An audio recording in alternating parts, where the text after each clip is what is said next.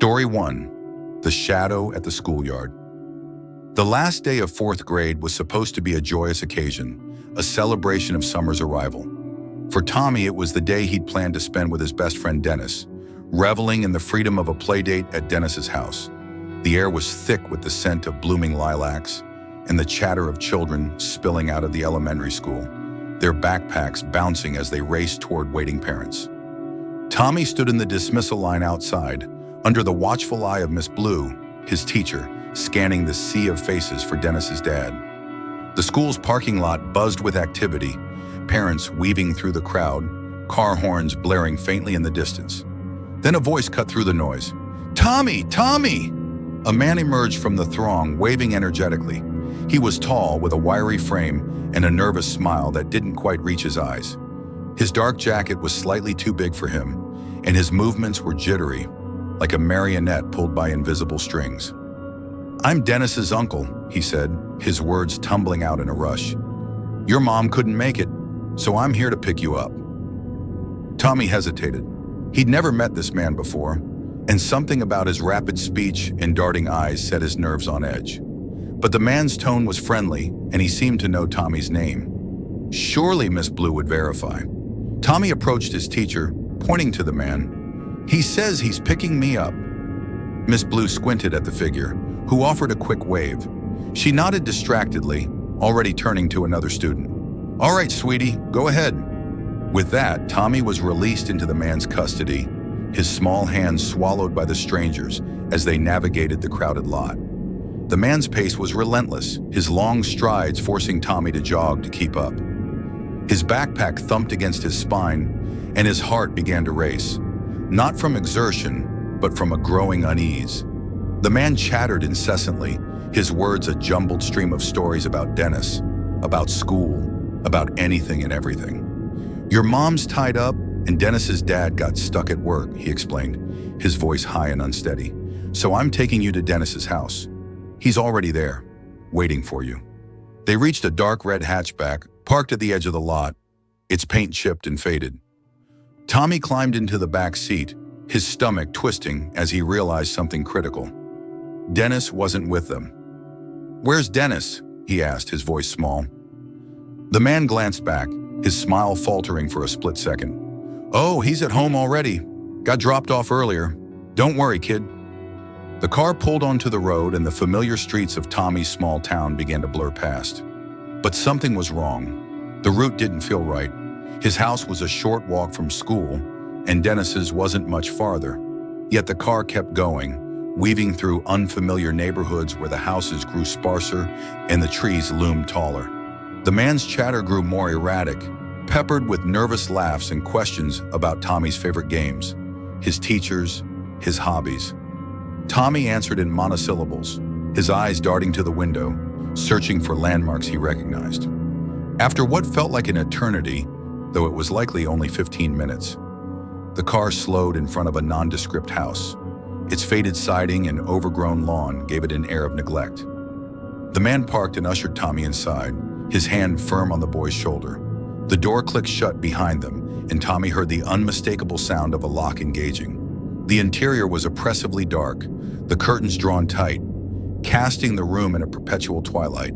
A single lamp flickered in the corner, its dim glow barely illuminating the sparse furniture. "Where's Dennis?"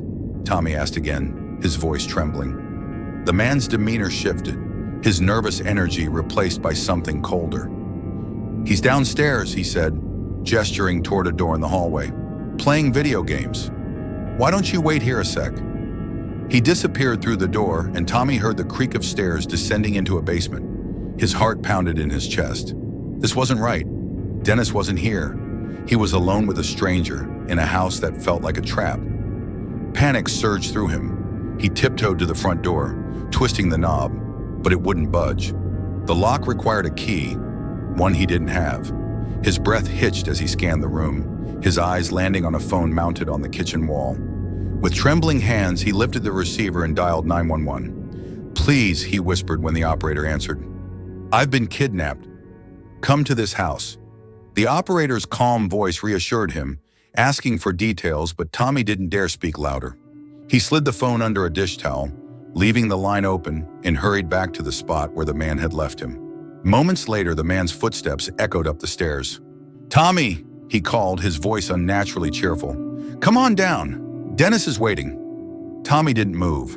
The man appeared at the top of the stairs, his eyes narrowing as he saw Tommy's frozen stance. "You okay, kid?" he asked, stepping closer. Tommy's fear boiled over. "I want to go home," he said, his voice shaking.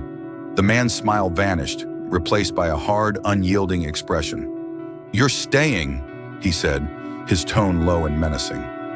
Before Tommy could react, the man grabbed his wrist, yanking him toward the basement door.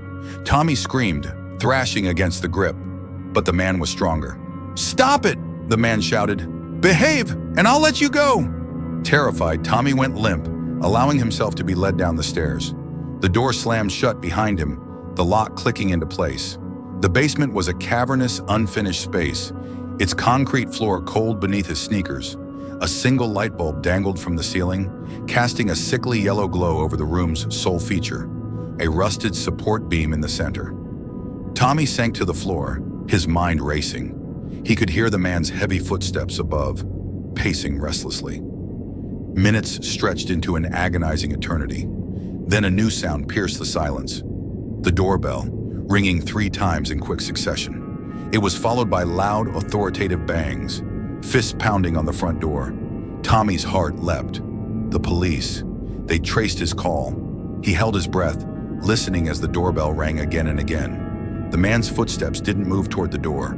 Instead, they grew frantic, darting from room to room. The banging intensified, and then, with a deafening crash, the front door burst open. Heavy boots stormed into the house, accompanied by shouted commands. "Police! Show yourself!" Tommy scrambled to the basement door, pounding on it with all his strength. "Help! I'm down here!" The lock clicked and the door flew open. A police officer's strong arms pulled Tommy into the light, rushing him outside. The street was alive with flashing lights. 3 patrol cars parked haphazardly in front of the house. Tommy's legs trembled as he recounted everything to the officers, his words spilling out in a rush. In the distance, he saw the man being led out in handcuffs, his head bowed, his nervous energy replaced by defeat. When Tommy's parents arrived, his mother's sobs echoed through the night. The school was in chaos, with Dennis's dad piecing together the horrifying truth. The man was a work associate who'd overheard plans for the playdate and seized the opportunity to abduct Tommy. How he'd known Tommy's appearance remained a chilling mystery, one Tommy never sought to unravel. The trauma lingered, a shadow that followed him through years of counseling. 17 years later, the memory still haunted him, a reminder of the day he'd outsmarted a predator and the teacher who'd failed to protect him. Story 2: The Ghost in the Ruins. The last day of junior year was a washout, the sky bruised with storm clouds that unleashed torrents of rain on the small coastal town. Most of the high school had already emptied out, students cutting class or sneaking off after lunch to kick off summer break. For Jake and his 3 friends, Eddie, Sarah, and Mike, the stormy weather had derailed their plans to hit the beach. But they weren't about to let a little rain ruin their day. They craved adventure, something to mark the end of another grueling school year. That's when Eddie suggested the abandoned elementary school. The school had been shuttered for over a decade, its once vibrant halls left to decay in the heart of a quiet neighborhood. Rumors swirled about its haunted history. Whispers of strange noises and shadowy figures glimpsed through cracked windows. With plans to demolish it by year's end, the building stood as a tempting relic, unguarded and ripe for exploration. The group piled into Eddie's beat-up sedan, the windshield wipers slapping rhythmically as they drove through the downpour. They parked in the school's overgrown back lot, hidden from view by tangled bushes and the looming walls of the building. The place was a ghost of its former self, its brick facade stained with moss, its windows clouded with grime. Eddie popped the trunk, retrieving a baseball bat he kept for emergencies. "We're not picking locks," he said with a grin, hefting the bat. "We're going in old school." Jake's stomach churned as Eddie approached a ground floor window. The rain muffled the sound, but each swing of the bat sent a jolt through Jake's nerves. Glass shattered, the shards glinting in the dim light. Eddie cleared the frame with the bat, waving the others forward. One by one, they climbed through, their wet sneakers squeaking on the tiled floor of what had once been a classroom. Inside, the air was heavy with the smell of mildew and dust. The room was frozen in time, its desks arranged in neat rows, faded posters of the solar system, and multiplication tables clinging to the walls. It was a fourth-grade classroom, Jake guessed, the kind of place where kids had once laughed and learned. Now it was a tomb, the silence broken only by the distant rumble of thunder. They moved cautiously, their phone flashlights casting eerie beams across the walls. The power had long been cut, and the storm outside dimmed what little light filtered through the windows. They explored room after room, each one a snapshot of abandonment. Chalkboards smeared with ghostly traces of lessons, books moldering in forgotten cabinets, a lone stuffed animal slumped on a shelf. The deeper they ventured, the more oppressive the atmosphere became, as if the building itself resented their presence. In a hallway lined with lockers, a sudden noise stopped them cold, a sharp metallic clank echoing from somewhere ahead. They froze, their flashlights flicking off instinctively. "What the hell was that?" Sarah whispered, her voice barely audible over the rain. Jake's heart pounded. "Probably just the storm," Mike said, but his tone lacked conviction. They waited, straining to hear over the patter of rain. When no further sounds came, they pressed on, their laughter tinged with unease. As they neared a corner, Jake glanced, an intersection of hallways. Jake glanced back down the hall they'd just traversed. In the doorway of a classroom they'd passed, something caught his eye. A shape, indistinct in the shadows, protruding from the frame. "Guys," he hissed, pointing. The others turned, their flashlights converging on the spot. For a moment, they saw it clearly. A figure, humanoid but unnaturally still, its head tilted at an odd angle. Then, as their lights hit it fully, it vanished, retreating into the classroom with a speed that sent chills down Jake's spine. "Holy shit," Eddie muttered. Without another word, they bolted down the intersecting hallway, their footsteps pounding on the linoleum. They didn't stop until they reached the kindergarten wing, where the walls were adorned with faded drawings of smiling suns and stick-figure families. Another sound echoed behind them, a low, guttural scrape, like something heavy being dragged across the floor. "We're not alone," Sarah said, her voice trembling. They ducked into the nearest classroom, shutting the door as quietly as possible. The room was unmistakably a kindergarten space, with tiny chairs and a colorful rug now dulled by dust. They huddled in the dark, flashlights off, listening as the storm raged outside. Lightning illuminated the room in brief, stark flashes, revealing their pale faces. "Who could be here?" Mike whispered. "The place is locked up. No one's supposed to be in here." Before anyone could answer, the door clicked. The sound was soft but unmistakable, like a latch being released. Slowly, the door creaked open, revealing a pitch-black hallway beyond. No one stood in the doorway, but the air grew colder, heavier. Jake's breath caught as a shape emerged, a head silhouetted against the darkness, peering into the room. It didn't move, didn't speak, just watched them with an unnatural stillness. "I'm sorry," Jake blurted, his voice cracking. "We're leaving, okay? We didn't mean to." The figure remained motionless, its features obscured. Eddie, clutching the bat, stepped toward a window, fumbling with the lock. "Do you work here?" he demanded. No response. The figure's head tilted slightly, as if studying them. Eddie managed to slide the window open, the rain pouring in. "Go!" he hissed, climbing out first. Sarah and Mike followed, their movements frantic. Jake hesitated, glancing back at the doorway. The head was still there, unmoving, its presence a weight pressing against his chest. He scrambled through the window, the bat clutched tightly, and sprinted after his friends through the rain-soaked lot. They piled into Eddie's car, the engine roaring to life as they peeled out of the parking lot. No one spoke as they sped away, the school's dark silhouette shrinking in the rearview mirror. The building was demolished months later, replaced by a park where children now played, oblivious to its haunted past. Jake and his friends never returned, and they never learned who or what had watched them from the shadows. But the memory of that head, silent and unyielding, lingered in their nightmares, a reminder that some places are better left undisturbed. Story 3. The obsession that followed freshman year of college was a whirlwind for Emily, a small-town girl navigating the sprawling campus of her state university. Chemistry 101 was her Achilles heel, a labyrinth of equations and reactions that left her floundering. Her salvation came in the form of Zach, her table-mate in the lecture hall. Zach was an oddity, 5 feet 8 inches, slightly overweight, with a patchy beard that seemed to cling to his face out of sheer stubbornness. He had an awkward intensity, his eyes often fixed on his notebook or the professor, rarely meeting anyone's gaze. But in chemistry, he was a prodigy, unraveling complex problems with an ease Emily envied. Their friendship began tentatively. Emily, struggling to keep up, leaned on Zach for explanations, and he was eager to help. His explanations were thorough, if overly detailed, and he never seemed to mind her constant questions. Over weeks, their dynamic solidified. Emily asked, Zach answered, and their table became a quiet haven amidst the chaos of the lecture hall. He started doing her homework, even letting her glance at his test answers during quizzes. Emily was grateful, though a small voice in her head warned her to keep things professional. Zach, for all his kindness, gave off an intensity that made her wary. As the semester progressed, Zach's help became indispensable. Emily's grades soared, her A in chemistry a testament to his support.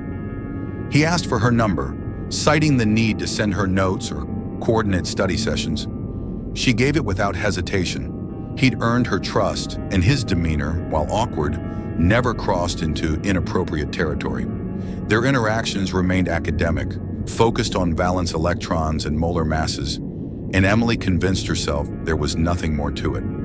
The last day of class changed everything. As they packed up their notebooks, Zach turned to her, his face flushed with a nervous energy she hadn't seen before. "Hey, Emily," he said, his voice cracking slightly. "Do you, want to grab dinner or something tonight? Like a date?" The question hit her like a bucket of ice water. She froze, her mind racing. Zach wasn't her type. Not physically, not emotionally. His introverted nature clashed with her outgoing personality, and she'd never sensed any romantic interest from him. Yet here he was, laying his heart bare. Emily's instinct was to blurt out a rejection, but guilt stopped her. Zach had carried her through the semester, risking his own academic standing to help her cheat. She couldn't be cruel. "Oh, wow, that's sweet," she said, forcing a smile. "But I'm actually heading to Miami for a couple of weeks right after finals. Family trip, maybe when I get back?" It was a lie, a gentle deflection meant to buy time. Zach's face fell, but he nodded. "Cool," he said, his voice hollow. "Just let me know." The rest of the class was excruciating. Zach barely spoke, his usual chatter replaced by a tense silence. When the lecture ended, Emily bolted for her car, eager to escape the awkwardness. She was a commuter, living at home rather than in the dorms, and the drive back felt like a reprieve. That night, she met up with friends to celebrate the end of the semester, the Zach incident already fading into the background. They hit a local bar, the music loud and the drinks flowing. Around midnight, her phone buzzed with a text from Zach. "When are you going to Miami?" Emily laughed, showing the message to her friends. "This guy," she said, rolling her eyes, "he's the one who got me an A in chem, but now he's all clingy." Her friends teased her, one jokingly suggesting she go on the date to repay him. "Yeah, right," Emily shot back, downing her drink. She meant to respond later, but the night blurred into a haze of laughter and dancing, and Zach's text slipped her mind. The next morning, hungover and groggy, Emily woke to 2 new messages from Zach. The first was a string of question marks. Question mark, question mark, question mark, question mark. The second was chilling. "You're going to ignore me now that you don't need me anymore, right?" Her stomach dropped. The accusation stung, but more than that, it unnerved her. She texted back quickly, "Hey, sorry, I was packing. I'm heading to Miami today." Zach's reply was instant. "Okay." The brevity of it felt ominous, like a storm cloud gathering on the horizon. That night, Emily and her friends went out again, hitting another bar in town. The vibe was lighter, the semester's stress melting away. Then, mid-conversation, her phone lit up with a new text from Zach. "I thought you said you were going to Miami tonight." Emily's blood ran cold. She stared at the screen, her heart pounding. "Guys," she said, showing the message to her friends. "What the hell?" They crowded around, their faces mirroring her alarm. "How does he know you're here?" one asked. Emily's mind raced. Had Zach seen her? Was he at the bar, watching from some shadowy corner? She scanned the crowd, but there was no sign of him. Her fingers trembled as she typed, "What do you mean?" His response was vague but menacing. "Nothing. Forget it. I just don't like liars." The word liars hit like a slap. Emily's fear morphed into paranoia. She stopped responding, vowing to cut contact entirely. Back home, she was barely through the door, kicking off her shoes when a knock echoed through the house. It was 1 a.m., and she was alone. Her parents were out of town. "Who is it?" she called, her voice shaking. The answer came in Zach's unmistakable voice. "It's me." Emily's knees buckled. She pressed herself against the wall, her mind screaming. How did he know where she lived? Had he followed her? "Leave," she shouted. "My dad's here, and he'll kick your ass if you don't go." It was another lie, but it worked. The knocking stopped, and she heard footsteps retreating. She didn't sleep that night, texting her friends and family in a frenzy. At 3 a.m., her phone buzzed again, a wall of text from Zach. It was a rambling, unhinged manifesto. "I'm feeling a lot of emotions right now after being used by someone for months. I thought our chemistry was through the roof. I noticed the way you looked at me in class. All I'm asking for is one date. I know how much I have to offer. If you want, I can come back to your house. I'm crushed to feel like I wasted so much for nothing. Yours truly, Zach." Emily's hands shook as she forwarded the message to everyone she knew. She called her dad, waking him in the middle of the night, and read him the text. His voice was steel as he promised to handle it. He sent Zach a blistering text, warning him to stay away, and left voicemails that grew increasingly threatening when Zach didn't answer. The next morning, Emily went to the police station, clutching her phone like a lifeline. She filed a report demanding charges for stalking. The officer assured her Zach would be contacted, but days passed with no response. Zach had vanished. No calls, no texts, no sightings on campus. Her dad's messages and the police's outreach had scared him off, she hoped. But the fear lingered, a constant shadow. Emily changed her number, avoided the chemistry building, and scanned every crowd for Zach's awkward frame. She never saw him again, but the memory of his obsession, of the knock at her door, and the text that knew too much, haunted her. A reminder that kindness can mask a darkness too deep to fathom.